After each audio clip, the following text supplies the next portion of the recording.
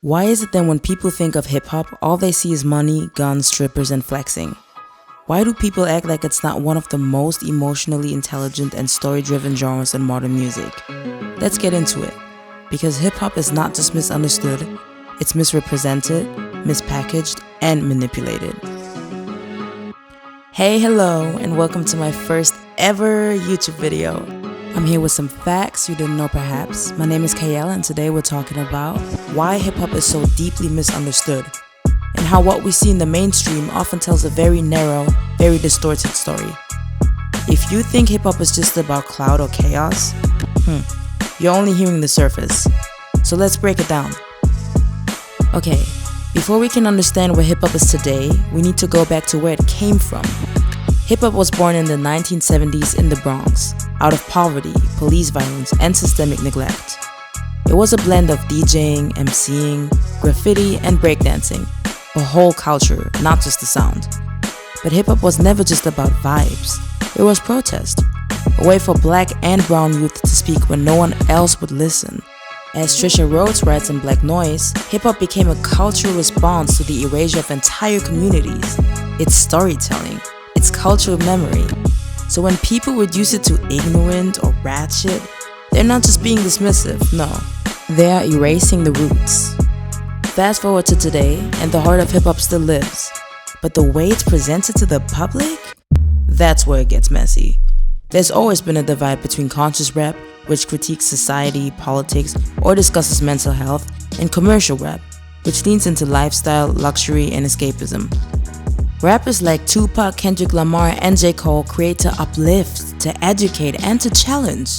Then you have someone like Drake, and no shade, well maybe just a little, who delivers chart-topping hits and a whole vibe, but rarely if ever a message. Now compare that to someone like J. Cole, who doesn't just rap about growth, he lives it. He's been open about how therapy and emotional maturity shaped his life and work. Check out this interview. Who do you ask for help? Who helps you? I'm gonna tell you the truth. I feel blessed and lucky to be like this, but I'm a self-soother. It's like honest conversations with myself, like checking in with myself. How you feeling? Ooh, what's going on? You feeling a little different? Okay, what is that? Oh, what can you do about that? Well, maybe we should, do a little meditation. Maybe we should just look at it a different way. Maybe you should just let that go. I spend a lot of time by myself. Like I spend a lot of time with myself, not by myself because I'm constantly surrounded by family, but when it's work time, because nobody can help you do. There you go. I'm the only one. I'm the only one that can at least get it out the way that's pure. And of course, we cannot talk about depth without mentioning Kendrick, who's out here dropping Pulitzer-level albums like Mr. Morale and the Big Steppers, an album tackling abuse, fatherhood, insecurities, and generational trauma. So, a whole therapy session in music form. And get this, in an interview with W Magazine, Kendrick said he almost didn't release the album. Why? Because he knew people wouldn't want to hear it. He said, quote, "It's stuff that I've written that's just now seeing daylight because I wasn't secure with myself in order to do it. It was really about not being insecure or tormented by opinion." That's the truth of it. Vulnerability doesn't chart like flexing does. And when Her Loss, an album by Drake and 21 Savage, which talks mostly about money, woman, and ego, so basically a flex fest, gets more mainstream attention, it tells you exactly what the industry values more and what they prefer to sell. As Michael Eric Dyson writes in Know What I Mean? Hip-hop isn't just about sound, it's about memory, meaning, and survival. But what about you? Are you more into conscious rap or chart toppers? Drop your favorite rappers in the comments. I want to see the range. However, it's not just the artists or the labels. The media plays a massive role in how hip-hop is misunderstood and misrepresented. Let's rewind to Tupac. After he was shot in 1994, the media didn't talk about trauma. They talked about thug life. It's hard for me to believe that a jury full of older, more middle-class women are going to understand where I'm coming from, because y'all barely understand where I'm coming from, and y'all cover murders and every day, and y'all treat me like I'm New York's most notorious criminal, and y'all know it's people throwing babies out of windows and putting them in the incinerator. All I do is make raps. All I do is rap and talk loud. My biggest crime is talking loud. You know what I'm saying? Y'all don't have nothing else besides that. His paranoia, his grief, ignored. The headlines flattened him into a cautionary tale. They didn't hear pain, they heard danger. Then there's Kendrick. His song Alright became a protest anthem, a message of hope. But when he performed it at the BET Awards in 2015, standing on a police car, Fox News called it dangerous. Personally, it doesn't excite me, it doesn't turn me on, doesn't interest me, I'm not feeling it. Well, not helpful with those song lyrics. To say the least, not helpful at Disrespectful. all. This is why I say that hip-hop has done more damage to young African Americans than racism in recent years.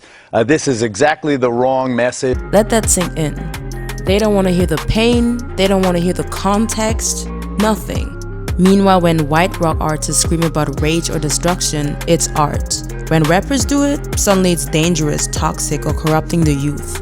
And they got the nerves to call a song about surviving a threat. Because when hip-hop speaks truth, the media covers its ears. Now, here's the thing. Some people create music for the culture, others create it for the charts. And there's a difference. Imani Perry in Prophets of the Hood calls hip-hop one of the most philosophically rich art forms out there, if people are willing to actually listen. You have rappers who speak truth for the sake of expression, and then you have rappers choosing playlists and algorithms. Most of what charts today falls into that second category. But the artists pushing the genre forward, shoutouts to Jid, Joey Badass, Denzel Curry, Coast Contra, they may not dominate the radio, but their lyrics cut. Yep, they're lyrical warriors. That's the real heartbeat of hip-hop. Like Joey Badass said, can't change the world lest we change ourselves. That's not a punchline, it's a principle. And it's the kind of message you will rarely hear on mainstream radio. And now, the moment some of you have been waiting for. Let's talk about Interesting. Eminem. one of the most controversial, greatest of all time picks in hip-hop. Is he technically gifted? Yes. Commercially successful? Absolutely. But culturally, that's where the debate starts.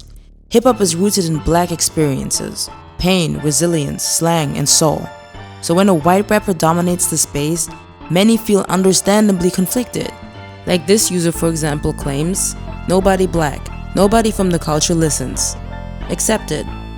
Or this user said, Jay-Z is 10 times the legend Eminem will ever be.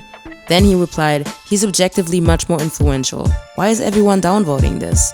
And then another person replied, because the demographic in here is not reflective of hip-hop culture. And then hip-hop rapper Benzino wrote on his Twitter account, to all Eminem fans and stans all over the world, the beef is officially over.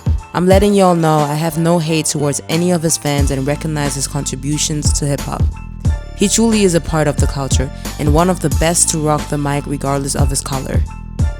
Now to M's credit, he gets it.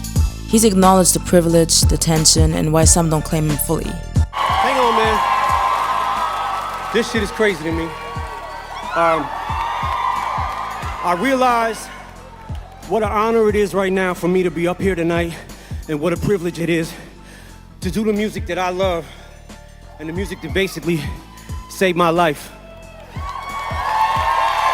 The man who saved my life, ladies and gentlemen, Dr. Dre. My musical influences are many, and they say it takes a village to raise a child. Well, it took a whole genre and culture to raise me.